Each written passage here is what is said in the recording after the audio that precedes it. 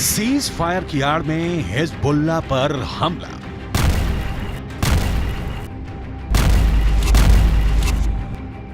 जिस वक्त पूरी दुनिया हमास और इजराइल के बीच सीज फायर के खबरों को समझने की कोशिश कर रही थी, ठीक उसी वक्त इजरायली लड़ाकू विमानों ने लेबनान में घुसकर हिजबुल्लाह लड़ाकों पर भीषण हवाई हमला किया है।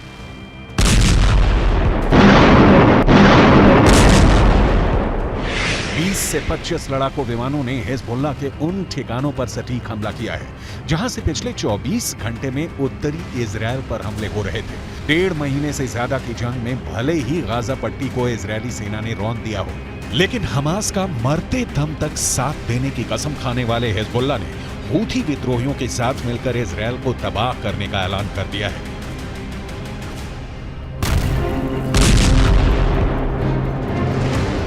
लेकिन वहीं दूसरी तरफ इजराइल की स्पेशल फोर्स और घातक हवाई लड़ाकों ने लेबनान बॉर्डर पर हिजबुल्लाह की रीढ़ तोड़नी शुरू कर दी है।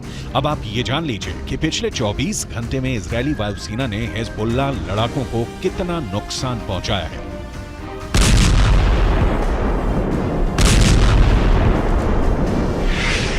मारा गया हिजबुल्लाह का अब्बास राद।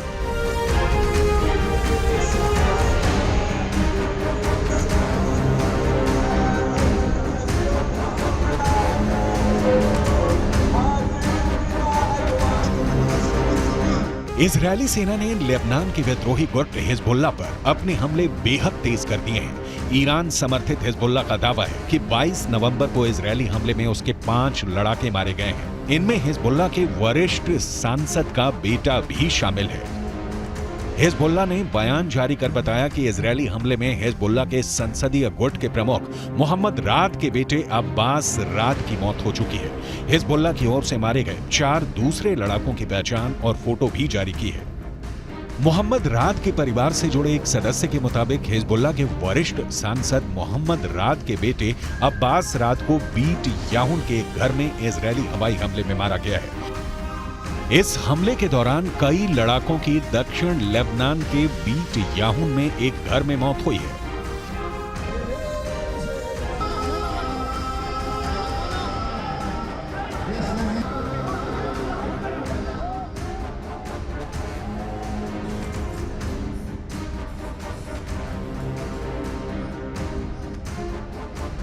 इधर हिजबुल्लाह ने लेबनान के 20 इजरायली सैन्य ठिकानों पर भयानक हमले किए हैं। हिजबुल्लाह का दावा है कि उसके लड़ाकों ने दक्षिण लेबनान से इजरायली सैन्य ठिकानों पर हमले किए। इजरायल के ईन जेटिम में एक सैन्य अड्डे पर 48 कत्यूशा रॉकेट से हिजबुल्लाह लड़ाकों ने हमला किया। हिजबुल्लाह ने हैवी ड्यूटी बर्कन मिसाइलों से इजरायल के 20 अड्डों पर सीधा हमला किया है। लेकिन वहीं दूसरी तरफ इजरायली सेना का दावा है कि उसने हिजबुल्लाह के लड़ाकों को भून कर रख दिया है। इजरायल का दावा है कि उसने 80 से ज्यादा हिजबुल्लाह लड़ाकों और कमांडरों को मार डाला है। खून में डूबा हिजबुल्लाह इजरायल ने घुसकर मारा। बेशक हिजबुल्लाह पर इजरायल ने ताबड़तोड़ हमले करके उसके ठिकानों को तबाह कर दिया हो, लेकिन यह भी सच है कि हमास की तरफ से हिजबुल्लाह इजरायल के सामने जरा भी कमजोर नहीं है। हिजबुल्लाह के पास ईरान से मिली घातक मिसाइलें और रॉकेट मौजूद हैं। 65,000 हिजबुल्लाह के लड़ाके अमेरिकी और इजरायल की स्पेशल फोर्स की तरह ट्रेंड हैं, जो इजरायल में घुसकर हमला कर सकते हैं। यही वजह है कि हिजबुल्लाह चीफ हसन नसरल्लाह पिछले 2 हफ्तों से इजरायल को धमकी दे रहे हैं कि अगर गाजा में इजरायल ने हमले बंद नहीं किए तो फिर इजरायल को खून के आंसू रोने पड़ेंगे।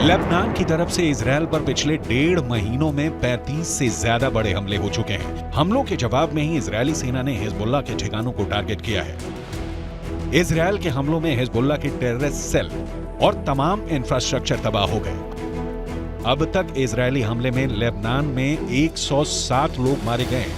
इनमें से 14 नागरिक हैं। अगर हम हिजबुल्लाह के लड़ाकों की बात करें तो इजरायल से जंग में अब तक हिजबुल्लाह के 80 लड़ाके मारे जा चुके हैं। इसके अलावा इजरायल ने सीरिया में भी हिजबुल्लाह के 7 लड़ाके मार दिए हैं। वहीं हिजबुल्लाह के हमलों में इजरायल के 6 सैनिक और 3 नागरिकों की अब तक मौत हो चुकी है। אני כבר רואה את האזרחים של עזה הולכים עם דגלים לבנים לאורך החוף ונעים דרומה. וחיזבאללה גורר את לבנון למלחמה שעלולה לקרות. והוא עושה טעויות. אם הוא יעשה טעויות מהסוג הזה כאן, מי שישלם את המחיר זה קודם כל אזרחי לבנון. מה שאנחנו עושים בעזה אנחנו יודעים לעשות בביירות. वहीं दूसरी तरफ पिछले 18 घंटे में इजरायली वायुसेना ने गाजा पट्टी से लेकर लेबनान बॉर्डर तक हमास और हिजबुल्लाह के लड़ाकों की लाशें बिछा दी हैं। महज 1 घंटे के अंदर इजरायल ने हमास के 100 लड़ाकों को भयानक हमलों से उड़ा दिया है।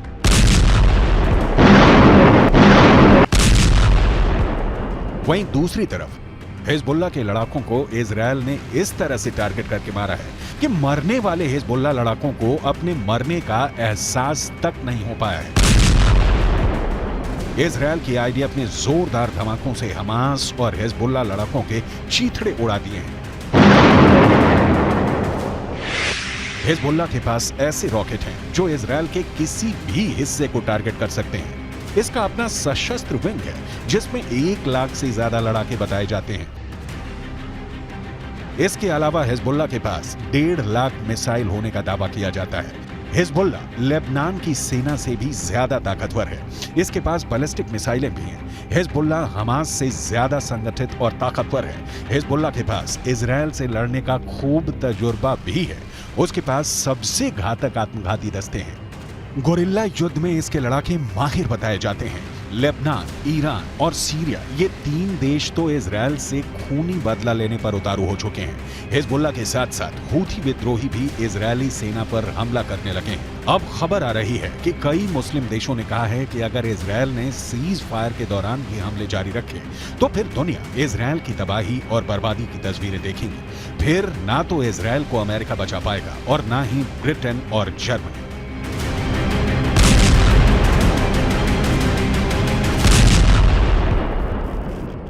इधर ईरान इस्लाम के नाम पर मुस्लिम मुल्कों को इजरायल के खिलाफ युद्ध करने के लिए भड़का रहा है। लगभग 62 साल के ईरान के राष्ट्रपति सैयद इब्राहिम रईसी ने तो साफ कह दिया है कि हमें ऊपर वाले के नाम पर इजरायल के क्रूर हमलों के खिलाफ एकजुट होना होगा और इजरायल के भीषण हमलों का जवाब देना होगा।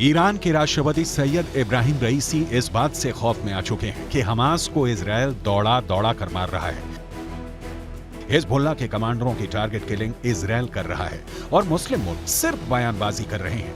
जमीन पर एक भी मुस्लिम मुल्क इजरायल के खिलाफ बड़ी जंग करने को अभी तक तैयार नहीं हुआ है।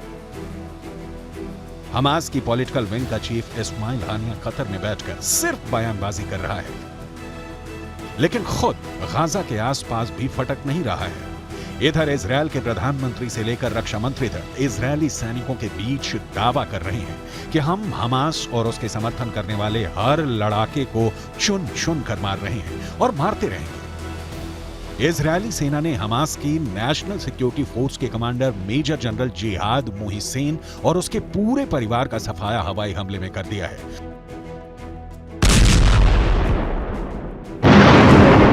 हमास हमास ने इजरायल पर 40 साल का सबसे बड़ा हमला किया है, जिसके बाद से गाजा युद्ध अब धीरे धीरे पूरे मिडिल ईस्ट में फैलता जा रहा है। हिजबुल्लाह को जिस तरह का नुकसान इजरायल के हमलों से हुआ है, उसका बदला हिजबुल्लाह अब ईरान के साथ मिलकर ले रहा है, जिसमें हूथी लड़ाके भी शामिल हो गए हैं। अब देखना होगा कि इजरायल 3 तरफ से हो रहे हमलों का सामना कैसे करता है।